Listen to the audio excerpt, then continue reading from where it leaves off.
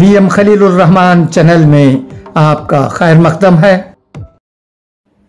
السلام علیکم ورحمۃ اللہ وبرکاتہ۔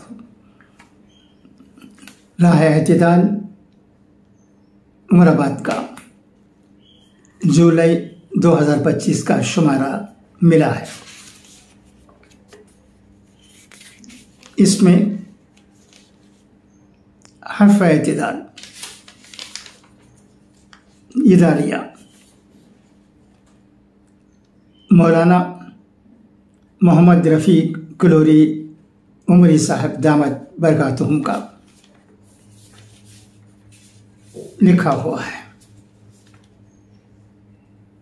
یہ اداریہ حرف اعتدال بہت ہی پڑھنے لائق ہے۔ اس سے ہمیں جامعہ دارالسلام کی تاریخ کا ایک مختصر نقشہ ملتا ہے۔ اب میں حرف اعتدال پڑھتا ہوں، سنیے گا۔ 10 جمادی الاولیٰ 1343 ہجری مطابق 7 دسمبر 1924 کی وہ ایک حسین اور تاریخی صبح تھی جب جامعہ دارالسلام عمر آباد کا قیام عمل میں آیا تھا۔ رب ذوالجلال کا شکر ہے کہ جامعہ نے بڑی نیک نامی کے ساتھ اپنے مقصد سفر کی راہ میں 100 سال پورے کر لیے۔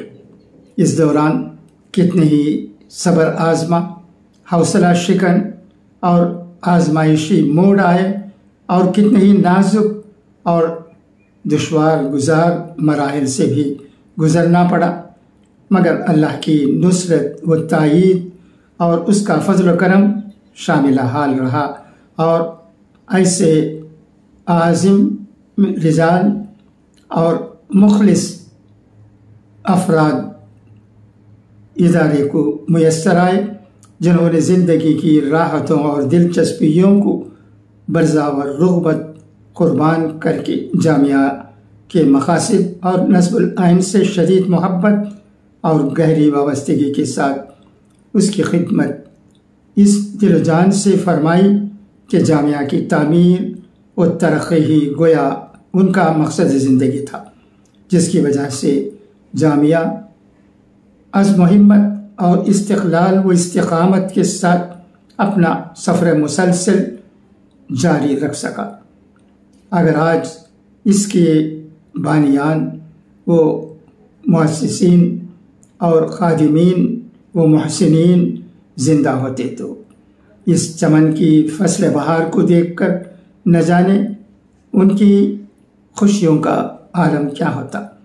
اللہ تعالیٰ ان کی مساعی جمیلہ کا بہتر سے بہتر بدلہ عطا فرمائے اور ان کے درجات کو بلند سے بلند تر کرے، آمین۔ اسی پس منظر میں ہم نے طے کیا تھا کہ سال رواں کے سال نامے میں جامعہ دارالسلام کے مقاصد و عزائم کے ساتھ اس کے کامیاب سفر کی 100 سالہ رودات اختصار کے ساتھ نظر قادرین کریں گے، مگر جب کام شروع کیا گیا تو وقت کی تنگی کی وجہ سے دلی خواہش اور کوشش کے باوجود اس خاکے میں ویسے رنگ نہیں بھرے جا سکے جیسا ہم نے سوچا اور چاہا تھا۔ پھر بھی مقام شکر ہے کہ گزشتہ شمارے میں ہم جامعہ کے آغاز و ارتقاء اور اس کی خدمات اور کارناموں کے بعض پہلوؤں کو پیش کرنے میں کامیاب ہو سکے۔ ہمیں مسرت ہے کہ راہ اعتدال کے بعض قارئین نے اس شمارے کو قدر کی نگاہوں سے دیکھا اور خصوصی توجہ عنایت فرمائی۔ اگرچہ کہ یہ نقش اول تھا، ہمیں امید ہے کہ نقش ثانی بہتر سے بہتر ہوگا انشاءاللہ تعالی۔ جامعہ کی تاسیس ایک ایسے دور میں ہوئی تھی جب مسلکی تشدد عروج پر تھا، فروعی اختلافات کی گرم بازاری تھی، باہمی نزاع اور منافرت و مغاریت بڑھتی جا رہی تھی، اور فقہی تعصب نے اس قدر شدت اختیار کر لی تھی کہ مسلمانوں کی صفوں میں اتحاد و اتفاق عنقا ہو گیا تھا۔ ایک دوسرے کو برداشت کرنا تو دور کی بات ہے، باہم صف آرائی کی وجہ سے ایک دوسرے کی تکفیر و تفسیق معمول کی بات بن گئی تھی۔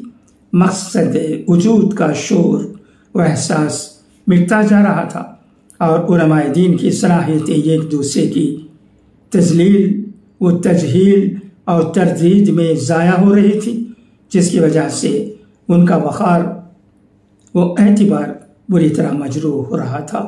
ایسے نازک دور میں جامعہ نے اعتدال فکر، وسعت قلب و نظر اور اتحاد ملت کا انقلابی تصور دیا، فروعی مسائل میں اعتدال کا سبق دیا، اور فقہی اختلافات کو برداشت کرتے ہوئے ایک دوسرے کی خوبیوں سے اعتراف اور باہمی احترام کی تعلیم دی، اور جو صلاحیتیں فروعی مسائل کو ہوا دینے اور ایک دوسرے کو فاسق و کافر قرار دینے میں ضائع ہو رہی تھیں، انہیں مثبت رخ دیا، اور امت کو اصلاح امت کے ساتھ غیر مسلموں میں دعوت دین کے فریضے سے روشناس کرایا۔ آج 100 سال کے بعد جب ہم حالات کا جائزہ لیتے ہیں تو اندازہ ہوتا ہے کہ گزرا ہوا زمانہ لوٹ آ رہا ہے، اور تاریخ پھر ایک مرتبہ اپنے آپ کو دوہرا رہی ہے۔ یہ کتنے افسوس کا مقام ہے کہ ایک طرف باطل طاقتیں پوری طاقت و تندہی کے ساتھ اسلام اور مسلمانوں کو صفحاتی سے مٹانے میں لگی ہوئی ہیں، اور فکری یلغار کی آگ ہے کہ نئی نسل کے دین و ایمان کو جلا کر خاکستر کر رہی ہے، اور دوسری طرف ہم ہیں کہ اس طوفان کے آگے باندھنے اور اپنے فرض منصبی کا حق ادا کرنے کی طرف توجہ دینے کی بجائے فرقہ بندی، گروہی کشمکش اور مسلکی تعصب کا شکار ہوتے جا رہے ہیں۔ ہماری بربادیوں کے مشورے ہیں آسمانوں میں، اور ہم تعصب اور تنگ نظری کا شکار ہیں۔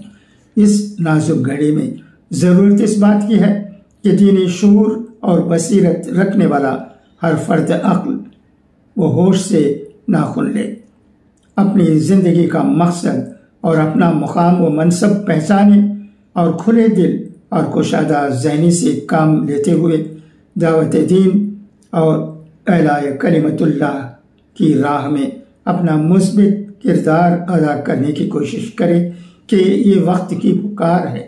اگر ہم نے نوشتہ دیوار کو بڑھنے اور رفتار زمانہ پر نظر رکھنے میں غفلت برتی تو ہماری داستان تک بھی نہ ہوگی داستانوں میں۔ اللہ تعالیٰ ملت اسلامیہ کو صحیح شعور نصیب فرمائے، آمین۔ محمد رفیع، گلوری عمری۔ اچھا، تب اجازت، انشاءاللہ پھر ملاقات ہوگی۔ خدا حافظ، فی Aman Ullah. Thanks for watching. آپ نے سنا، بہت بہت شکریہ۔